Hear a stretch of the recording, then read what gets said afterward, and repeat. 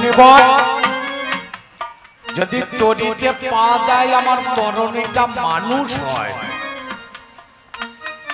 আমার সংসারটা চলবে না।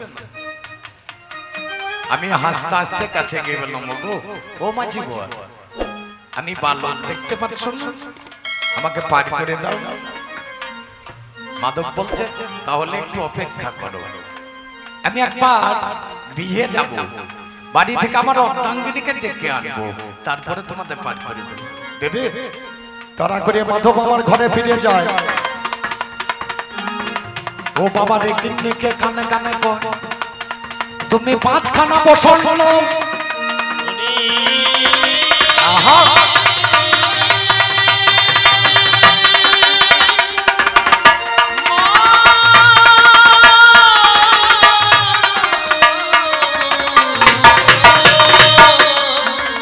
বলে হ্যাঁ গো, এতগুলো বছর নিয়ে কি করবে?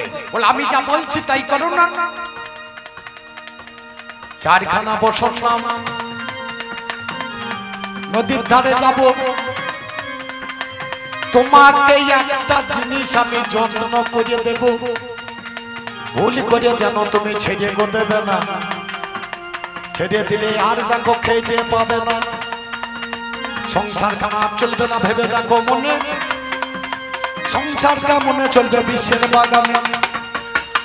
ও বাবা রে মাধব আমার সঙ্গে গেল, নদীর ঘাটে দাঁড়াইলো, তোরা করে গিয়ে বলে বসনগুলো ধরো তুমি, আমরা পেতে দেব, কেমন করে চরণ থাকে সেটা দেখিব। মাধবের মনে আমার ভয় জেগেছে, ভাই যদি আমার তরণীতে পথ থেকে যায়, আমার নৌকাখানা মানুষ হবে মনেতে ভেবেছে, যার জন্য বসনগুলো পেয়ে ফেলেছে। রামচন্দ্র তখন আমার চাপিবারে যায়, বলে চাপা হবে না, তোমার বলবো না অন্যায়, আমি কোলে করিয়ে চাপাইব শোনো আমার কাছে, তারপরে তো চাপতে তুমি কথা নাই কমেছে। এবার অর্ধাঙ্গিনী নৌকার উপর বসাইয়া দিল, রামচন্দ্র কোলে করিয়ে নৌকায় উঠিল, আমার অর্ধাঙ্গিনী করে তারে বসাইল। ভাই আমার চরণ দুটো উপর থেকে তারে তুলে দেয়, এবার বঙ্কের মাঝে চরণ দুটি করেছে স্থাপন, হাত দিয়ে করিয়ে দিল তাহারে ধরো, তুমি চেপে ধরে থাকবে কখনো ছাড়িবে না, ছাড়লে চরণ উপর নাবি খেতে পাবে না। আমার ভগবানের চরণ যখন হাতে ধরেছে, ও বাবা রে তাদের তখন ভাবে এসে এসে আমার ভাব জেগেছে, মনে মনে চিন্তা করা চায়। লক্ষণ আর মণি বরে নৌকায় উঠে যায়, ধীরে ধীরে তরিখানায় ওপারেতে গেল। ও বাবা রে রাম আমার কোন কদম করলো, নামার সময় পাটা তো নেই, অঙ্গুল স্পর্শ করে আমার কাঠের তরি শোনা হলো, দেখুন বিচার করিয়ে। এদিকে মাধবের কোনো ভূজ্ঞাপ নাই, মাধব আমার পিছু পিছু যত্নে চলে যায়।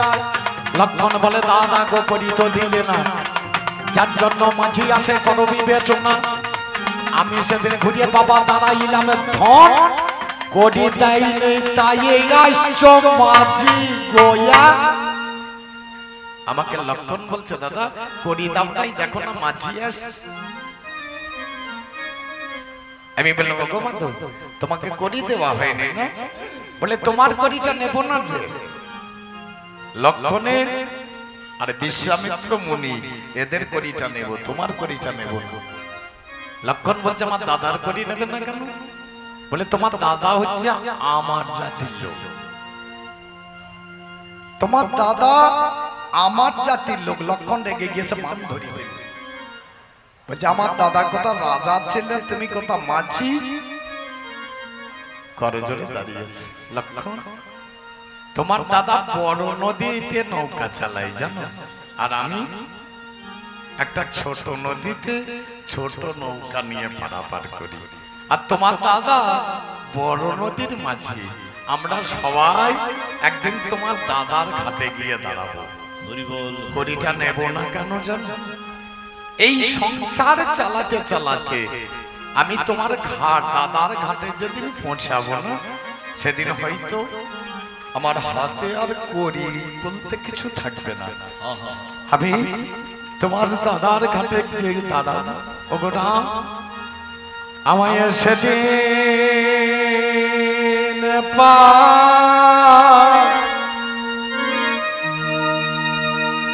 আমায় পারে করে দিও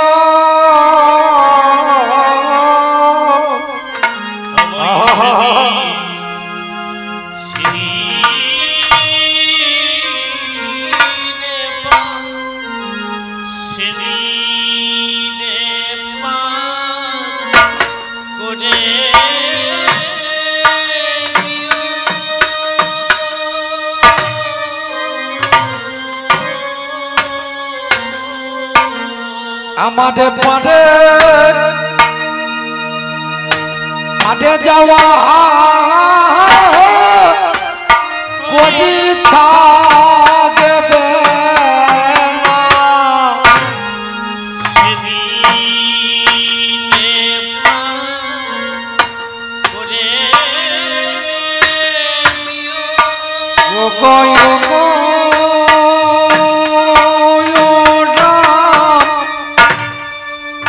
জটাধারী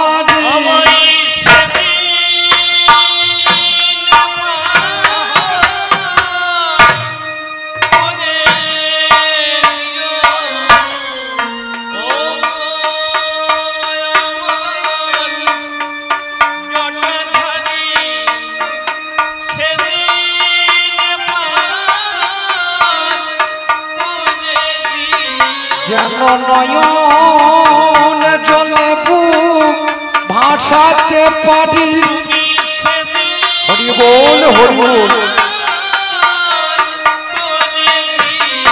আমি ঘাটে গিয়ে দাঁড়িয়ে রব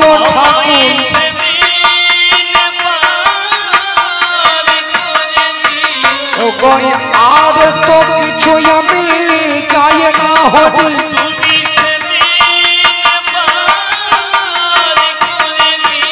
শুধু চাইছি তোমার যুগল চরণ তরে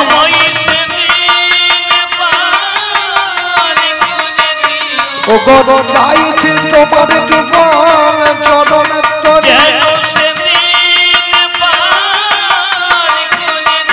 ও গো বলবো মুখে সেদিন হরি হরি বল হরি বল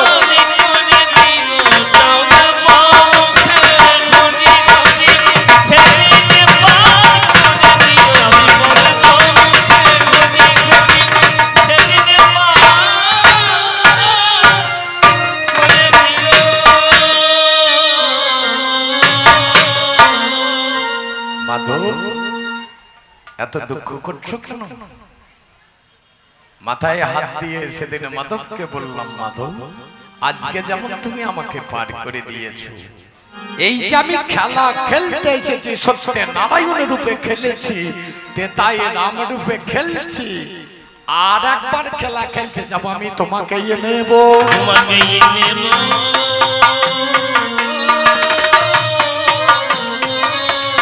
একটা মজার খেলা তুমি আমি খেলিব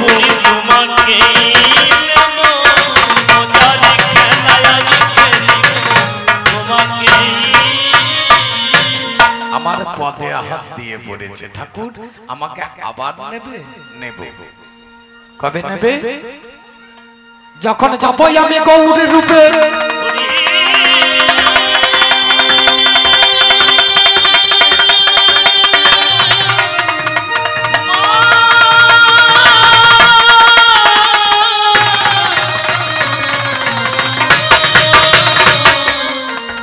ওই নবদ্বীপের মাঝে তুমি কাটোয়াতে যাবে সেদিনে নরহরি সাজে তোমার নাম মধুরাপিত হবে কাঞ্চননগরে গিয়ে জন্মলো বিবি 24 বছরে বয়সে আমি রাত্রি 12টায় নেব সম্মান ত্যাগ করব নবদ্বীপ করিলাম প্রকাশ গঙ্গার ঘাটে পারে হয়ে এপারে আসিব তোমার কাছে গৌর কর্মই আমি সেরে নেব বলে ঠাকুর এত বড় পাপ কার্য তুমি আমাকে দিয়ে করাবে? ভগবানের পায়ে হাত দিতে পারি সেটা জানি, কিন্তু তোমার মস্তকে হাত দিয়ে আমি ক্ষৌর কর্ম করব? বাবা নিত্যয়ার ঘাটে আমি যখন পার হব, যে ঘাটটাই পার হব আমি, এই ঘাটটার নাম হবে নিত্যয়ার ঘাট। এ ঘাটে দয়া নেই, এ ঘাটে মায়া নেই, এ ঘাটে মমতা নেই। এ ঘাটে আমরা সবাই পার হতে যাই, ও পার পর্যন্ত যেতে পারলে সন্ন্যাস, আর মাঝখানে ডুবে গেলে সর্বনাশ। যদি কেউ নদীর ওই পার পর্যন্ত পৌঁছাতে পারে তার হবে সন্ন্যাস। আমরা সবাই নদীতে পার হতে যাই, কিন্তু মাঝ নদীতেই ডুবে যাই, ও পার পর্যন্ত পেরোবার ক্ষমতা হয় না, হয় না, হয়। হরি বল, হরি বল, হরি বল। তাহলে আমাদের সন্ন্যাস হয় না কেন? আমরা মাঝখানে ডুবে বসে আছি। ওই পার পর্যন্ত যদি পেরোতে পারতাম আমাদের সন্ন্যাস হতো। এই সন্ন্যাস হচ্ছে ওই সন্ন্যাস। আমরা ভুলি কথা শুনেছি, ভুল কথা শুনেছি।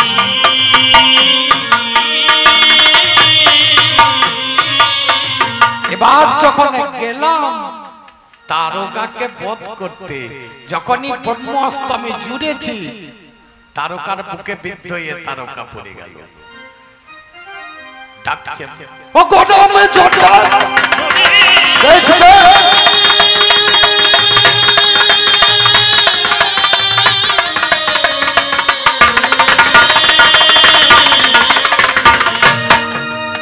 অজনলম্বিত ভুজন বদুৎপাদল শ্যাম, ভগবানে জটাধারী, কৃপা করে একবার কাছে এসো আমি দর্শন করি। অন্তর্যামী রাম আমার জানিবারে পারল, রাক্ষসের কাছে গিয়ে দাঁড়াইয়া গেল। ভগবান যদি উদ্ধার করলে মোরে, একটা বর দাও আমায় জানাই কর জোরে। বলো দেখি রাক্ষসী আমার জানিতে পারছো না, কি বাবরে চাই তোমার খুলিয়া বলো না। বলে বক্ষ মাঝে চরণ দুটি করো গো স্থাপন, ও গো আমার রামচন্দ্র জানাই নিবেদন। বক্ষ মাঝে চরণ দুটি স্থাপন করা হলো, ও বাবারে রাক্ষসী কাঁদিতে লাগিল। তারকা বক্ষের মাঝখানে আমি চরণ দুটি স্থাপন করে দিয়েছি, আরো জোরে জোরে কাঁদছেন। বলে রাম আমার আশাটা পূর্ণ করো। বলো তুমি যে চরণ দিয়েছো, খড়ম দুটি তৈরি হবে আমার পক্ষ থেকে। খড়ম দুটি তৈরি হবে আমার পক্ষ থেকে। এই খড়মে পাবে পূজা জানাই গো তোমাকে। দেখো এই খড়মে পাবে পূজা জানাই গো তোমাকে। আমি তারকাকে সেদিন কথা দিলাম, তারকাকে সেদিন কথা দিলাম। এই খড়মে দেখো পূজা পাবো। হরি তারকাকে সেদিন কথা দিলাম, খড়মে দেখো পূজা পাবে। তারকাকে সেদিন কথা দিলাম। খড়ম তৈরি হওয়ার পরে এই খড়ম পেলেন বিশ্বামিত্র মুনি। মুনিবর বলে এ খড়ম তো আমার নেওয়া যাবে না, অত্রি মুনির আশ্রমে অত্রি মুনিকে দিয়েছিলেন। যদি কোনোদিনে ভগবান রাম আপনার আশ্রমে আসেন, আপনাকে করজোড়ে নিবেদন করছি আপনি পড়াইয়ে দেবেন। পরায়ে দেবে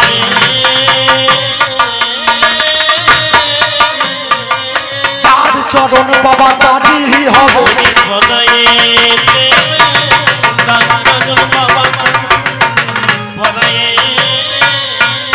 পরিত্যাগ করে যখন চিত্রকূট পর্বতে আমরা গেলাম, ভরত এসে আমাদের সামনে দাঁড়িয়ে এই খড়ম দুটি নিয়ে উনি চলে গেলেন।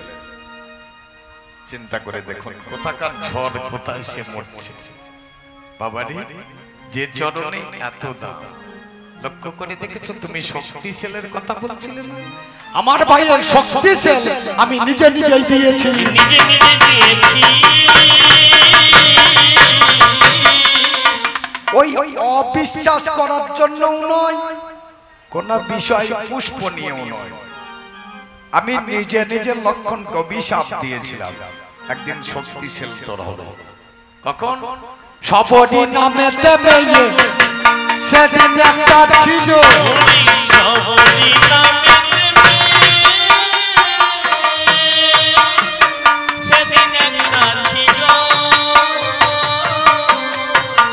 জঙ্গলেতে পতটি তুলে বেড়ায় ভালো,